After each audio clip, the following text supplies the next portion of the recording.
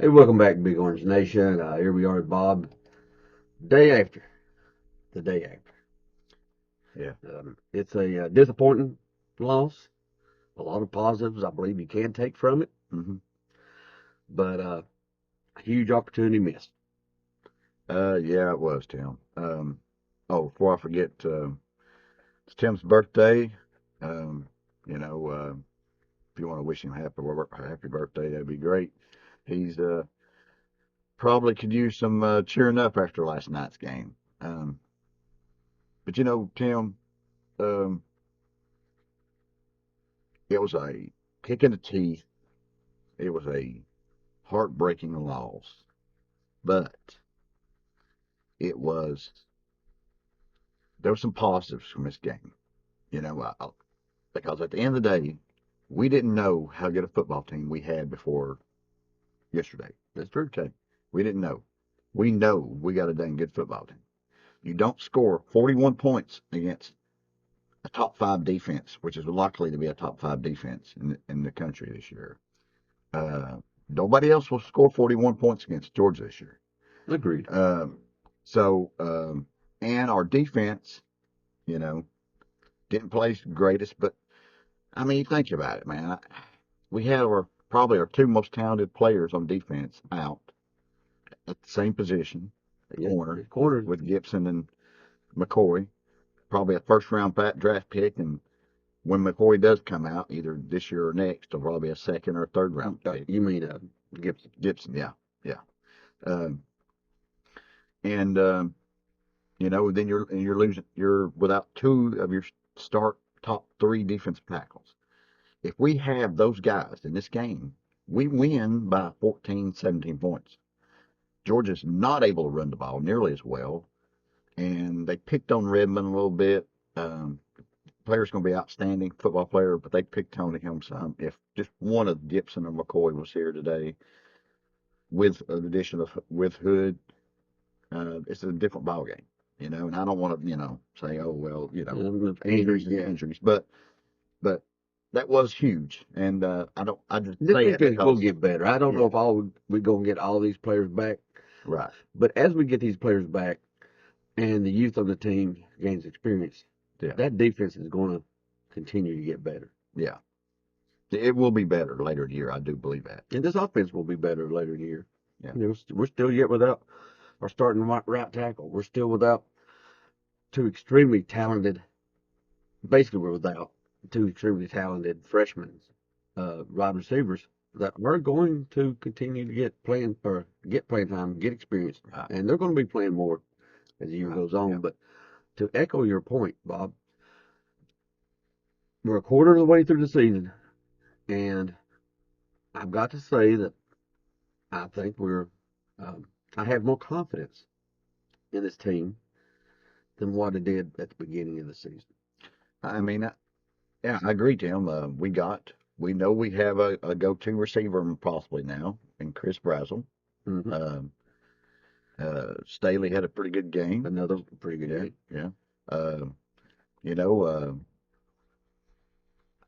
The offensive line, offensive we line thought looks was going to good. be pretty good. It is good. It is good. It is good. Like I said, and I think with Sanders at right tackle, you have Purdy at guard, then we run the ball better than what we did yesterday. I mean, I just Probably. uh, I think that middle shores up that middle better. You know what I mean? But uh, And let's not forget Aguilar. We didn't know exactly what we had to start the year. right, We don't have. He's not a first round NFL draft pick. right, Um, he's not a perfect quarterback. yeah, But did we win the trade? Did we upgrade the quarterback? absolutely, Yes. I wasn't absolutely. 100% sure before yesterday, but I think after yesterday, I would say, yes. I mean, I've watched Nico. He had a couple of interceptions, Bob, but honestly, like Staley fell down on one. Right. And the other one, I was talking to my son during the game. Um, he was asking me, what was we doing on that one? I was like, it's not a bad idea to throw it up there. I mean, it's basically a punt. You wasn't going to probably get points on the drive anyway. because of the timing of the game. You throw it deep, and if you connect on it, then you get points. Yeah, you And get a pass interference, you get a first down. right, worst case scenario, most likely they intercept it, and it was a punt, basically. I mean, as long as they don't return it back for a touchdown, It's a win. it's a win. It's a win. Yeah. And I would say, speaking of pass interference, I'd say we should have had one in that play. Now, the guy that intercepted it, yeah, he was fine. Right. But our wide receiver was trying to slow up for the ball, and the other DB, before the interception, not after the interception, before the interception, just runs right through the wide receiver that's trying to make an attempt to get back to the That's ball. true. Yeah. You you should have thrown that flag. Yeah. Yeah. I'm not going to gripe a whole lot about the refs because we do have enough on here. But I will say there was 2 other pass interferences that was called on there. One very nitpicking on Hood, and the other one was they throwed it to the. They A sideline pass. Yeah, I mean they throw it. The ball's out of bounds, and they didn't even throw it to the guy that called it pass interference on. So it's uncatchable ball, which makes it not pass interference. That's a requirement. Now, they call it defense holding, that's different. That's a different thing. Yeah, if they call holding, defense holding, and it wasn't defense holding. It was pass interference, and you can't call pass interference if the ball's not catchable. Yeah. So that. And it wouldn't bother me that bad, except that the team we went against has teaches pass interference. Yeah. Yeah, they teach it, and they say they're going to get us for it a couple times a game, but we're going to come out ahead because we're going to do it the whole game. Mm-hmm. Yeah, it has. They do it every year. They do it all the time. Yeah. Been there. Yeah, that's part of their philosophy, and I don't say it's a bad philosophy. I mean, no, it's like basketball. Yeah, Rick Barnes. You foul them enough, they won't call it. They won't keep calling it. Yeah, I mean it's true. I mean it's,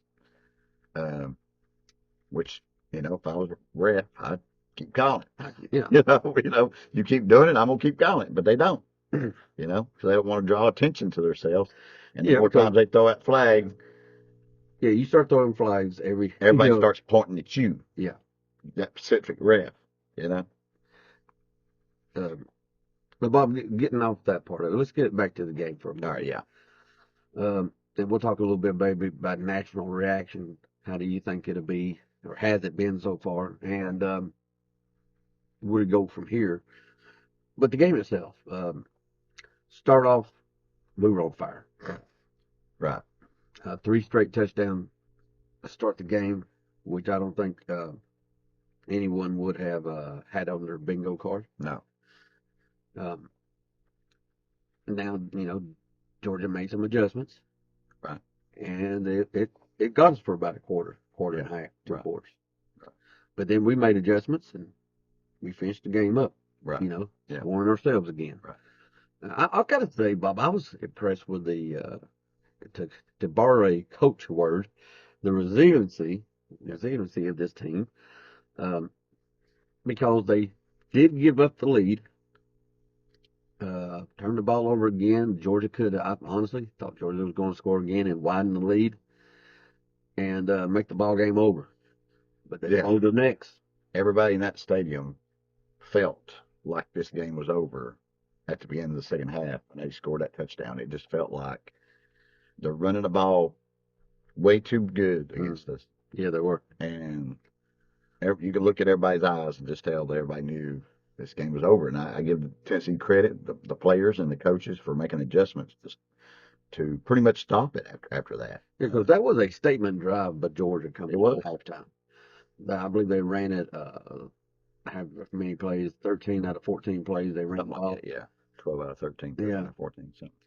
And, I mean, it set the tone. It was like, look, we're just going to be more physical than you. You're getting tired. We're going to take over this ball game. And honestly, I thought they had. Yeah, me too. I agree.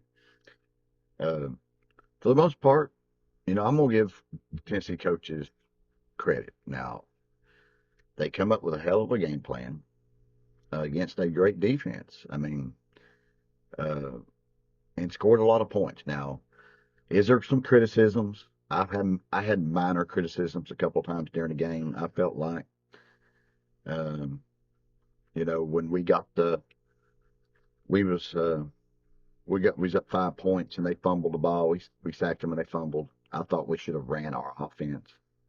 I won't totally gripe against the coaches on that one because I realize that if you get 3, you're up by 8, and then you're probably like an 85% chance of winning this ball game at that point.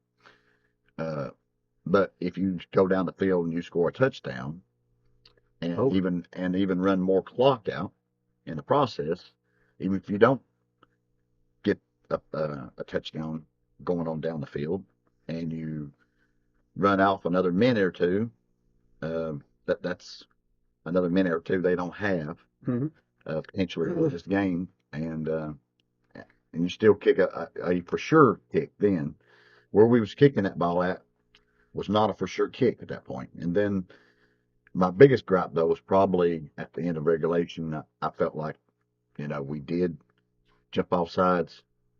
I would personally, just me, I would have done the exact same play they did before and centered that ball up, even if it was losing a couple more yards, or we ran the ball that direction. Yeah. Well, I wouldn't have wanted to lost more yardage because it was going to be a long field goal. But I agree with you. They needed to run. After the jump off sides, they got a little nervous. They didn't want another bad negative play. Yeah. But honestly, they needed it. They was a yard away from the hash. Let's center that ball up a little bit. Let's try to get 2 or 3 yards back if we can. Make it a little bit easier. Yeah. If we center that ball up, we're talking about a W today, I do believe. You're probably right. But, like, I'm not going to, that's some criticisms, but overall, I'm not going to be real negative on the coaching staff because they got us in a position to win against a team that has more talent than us and that was healthier than us. And we didn't get a bunch of breaks. Like you said, we didn't get a bunch of ref breaks, even though there was a couple calls they could have got on us too. But, we didn't get a bunch of breaks. So, I don't want to crap on the coaches too much. No. Hey, let's talk about some positives though. Yeah. Let's start off with Chris Brazel. Yeah. Heck of a start to that season. Yeah. He's making that second year jump. We talked about before the season. In our criticism of Pope was that it always takes 2 years. It takes 2 years to get a guy ready to play. We're seeing the second year jump from him and Staley, it appears. But yeah, Brazel, 177 yards, I believe it was, 3 touchdowns. Huge game. He could, he may even be able to take the SEC Offensive Player of the Week in a loss, maybe. Yeah, possibly. He's got the resume for it this week. Yeah. Staley, he's off to a pretty good start his own self. Mm-hmm.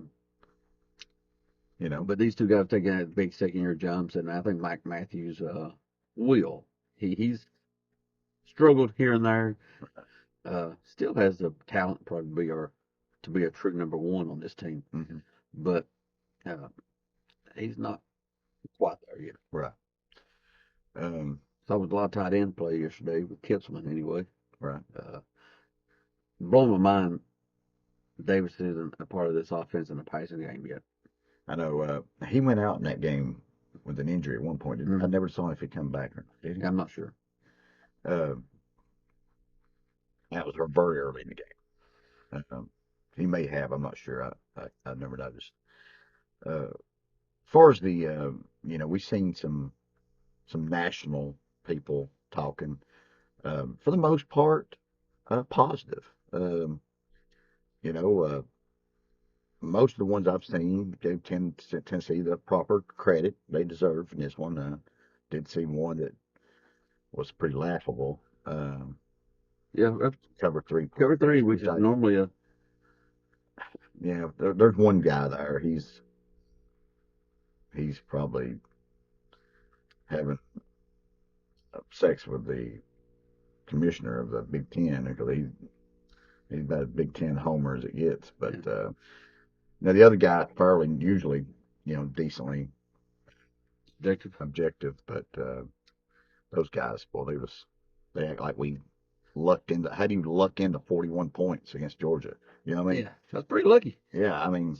Yeah, I listened to that myself, Bob, and it blew my mind because they went through their whole segment, and at the very end they go, I wouldn't. We want to say that Tennessee's a pretty good team. Well, it's because you spent the previous 10 minutes telling us how bad they were. How we got lucky and how bad we was and how we didn't have a good defense and how that Joey Aguilar just lucked into a bunch of plays. Yeah, Lucked into 381 yards against Georgia, I think it was. Mm-hmm. Yeah. I mean, come on, dude. And I thought the most asinine comment was he said something about, well, I knew South Florida wasn't going to be Miami because that offense, and Tennessee runs the same offense, it's not sustainable. Yeah. Okay, well, let's think about this for a second. South Florida apparently sustained it enough to beat Two top to 25 upset, teams. yeah, two top 25 teams. With more talent now. More talent than them. And darn them, they couldn't go beat a top 10 team. Yeah. On their home field. On their home field. It's not sustainable. Tennessee comes out and scores the first 3 TDs of the ball game. How dare they not sustain this and score a TD every single drive? Yeah. Why didn't we score 80? Yeah. It's just not sustainable. That's not sustainable against a top 5 defense. I mean, come on, man. Could it be that idiot. We came off, had a good game plan, scored 3 straight. Georgia made adjustments, shut us down for a quarter and a half or so. Yeah. And guess what? We made adjustments, and then we scored 3 straight times again. Yeah. And had a shot for a 4th straight one if we hit the field goal to win the ball game. Not sustainable, though. Yeah. Against a team with superior talent. I mean, for the most part. I mean, there's still a talent gap between Tennessee and Georgia. Yeah. I mean, we've closed it. But it's closed. There's still a gap. Still a gap. But yeah, I mean, I thought that was a couple of idiots, man. But for the most part, just positive. Yeah, there were others that were the Crane Company and everything, Yeah. and some other national people. Yeah. And I think that's the right thing. I mean, we still questions about us going into that game. I think most of the questions have been answered. We have won that quarterback trade. Absolutely, yeah, absolutely. He is Joey's not perfect, but he knows how to look off to a second wide receiver. You know, that's a start. That's something the other quarterback could never do, and he still hasn't done it at UCLA. That's one thing I noticed about Nico. I mean, he's still missing wide open guys, and he's still looking at the one guy, and he's throwing it to that dude. Yeah.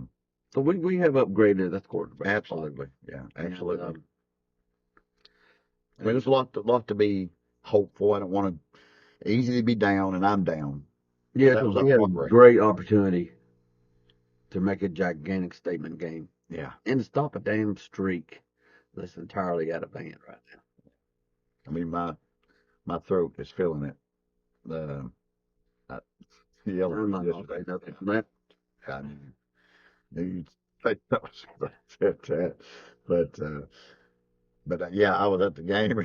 Yeah, that's screaming. Yeah, I should have said that firsthand. Yeah, that might be pertinent information there, Bob. But yeah, my head's a little red too. But anyway, speaking of that, Bob, crowd. Sometimes you can't always tell on TV how the crowd was, but we had about the most amount of really high level recruiting players down there, high school ball players, at any time I've ever seen. Yes, we did. How was the crowd? It was good, I thought. I've heard some criticisms from people, but I thought in the first half, in particular, it was very loud. There was a moment there in the second half when I felt like it wasn't when Georgia went on that big long drive. Well, that's going to take the crowd out of us. It was a feeling in the stadium. In the stadium, you could tell we was not as loud, and honestly, I was hurting at that point. Nobody's ever going to criticize me for not being loud. I got dizzy a few times from yelling. So I gave my all, but I'm sure it got loud again in the fourth quarter. Oh, it did, and and when you were saying that too, Tim, not only was it a big, maybe the biggest amount of talent we've had down there for football. We had a bunch of big-time baseball players down there. We had basketball and lady balls. Had more than one 5-star there. Yeah, they had multiple 5-star girls. I know they got commit from, I think, the number 4 player in the country. I think number 2. I think on one side, number 4 on another. I think. Yeah, this girl. has been dunking since the 7th grade, by the way. That's crazy. That's crazy. Yeah. Yeah. We haven't had a whole lot of big time post players in recent memory. So this is a huge addition right there. Hmm. Uh, he almost got this thing rolling. I think we made a prediction. Uh, that we'd probably finish in the final. We thought we'd make the final eight, if not final four, lead eight, final four, ladies. And the ladies VOLS soccer team is number one in the country. I mean, we're Just all everything schools, like Danny says. as my son was saying at the game, before the game, he's got a friend that's a Georgia fan, and he runs his mouth a lot, but he only does it about 6 months a year because come baseball time, basketball, other sports, my son's running his mouth to him. So that's where it goes. Yeah, And and honestly, I mean, look, I know they've got the upper hand on us in football, but this isn't like we were good in everything but football. We're that Georgia fan does. playoff fan in football too. I mean, Yeah, that Georgia fan. I always want to say before I forget. That Georgia fan does watch the podcast. So Evan, you're more free to leave a comment on here, so I figure you're going to send me something here in a little bit anyway. Might as well send it through the podcast. Uh, yeah. But what else you got, Tim? I mean, we talked a little bit about well, recruiting. where do we go from here, though? How's this rest of the season look at you now, Bob? Well, luckily we got some time. We play UAB next, And then an open day. then an open date, and we get healed up for Mississippi State. Is Mississippi State before the open date or after? Is well, that's a good question, Bob. I'm thinking Mississippi State's after the open date. I mean, the open date is after Or Mississippi Mississippi State. State. Yeah, you're right. I jumped ahead of myself. But provided we can beat a Mississippi State team, it's at Mississippi State. And they're looking better than what Yeah, it was But- predicted. yeah. We get through that game, get our open date. We should be pretty healthy. Healthy as about as we're going to get heading into Arkansas. It's here, Here for revenge game. revenge game. Then we get into our the tough stretch. But hopefully we're healthy. We've gotten some young guys, some reps. We're further along, and I mean this team can make the playoffs, Tim. I mean we can only lose one more though. To And feel great, because 9-3 is going to be really iffy to be able to get into we're it. not going to make it Yeah. 9-3. I On mean, our personally, schedule. You'd have to have a Florida or Oklahoma schedule, I think, to make it in the yeah, SEC. and I haven't looked at it, and I could be wrong, but just my best guess is we're not making it 9-3. Yeah, I tend to agree with you on that. Which really means at this point right here, you have to beat Oklahoma at home, and you got to split Alabama and Florida on the road, which is not exactly something we've done a whole lot on the road, beating either team in the last two Right. decades. Yeah, but it's very possible, man. We just got to get healthy. Yeah. I think being healthy, I think is the biggest holdback from holding the potential of this team up. Because if we can get healthy on defense, this is not a bad defense. This is not a defense that's going to give up that many points. And it looks like the offense is there. So Agreed. The defense will be better as it gets healthy. Yep. And I think the offense gets better as they get more experience. right. So a lot of youth on that side of the ball. Yeah. That said, Bob, like I said, tough loss. It was. Guys, it was a heck of a opportunity missed. But any day as a ball fan, still a good day. Yeah. Better than a day as a dog fan, Evan. It was. Right. Or a Gator fan or a Bama fan. So That's right. give me a go balls, Bob. Go Vols.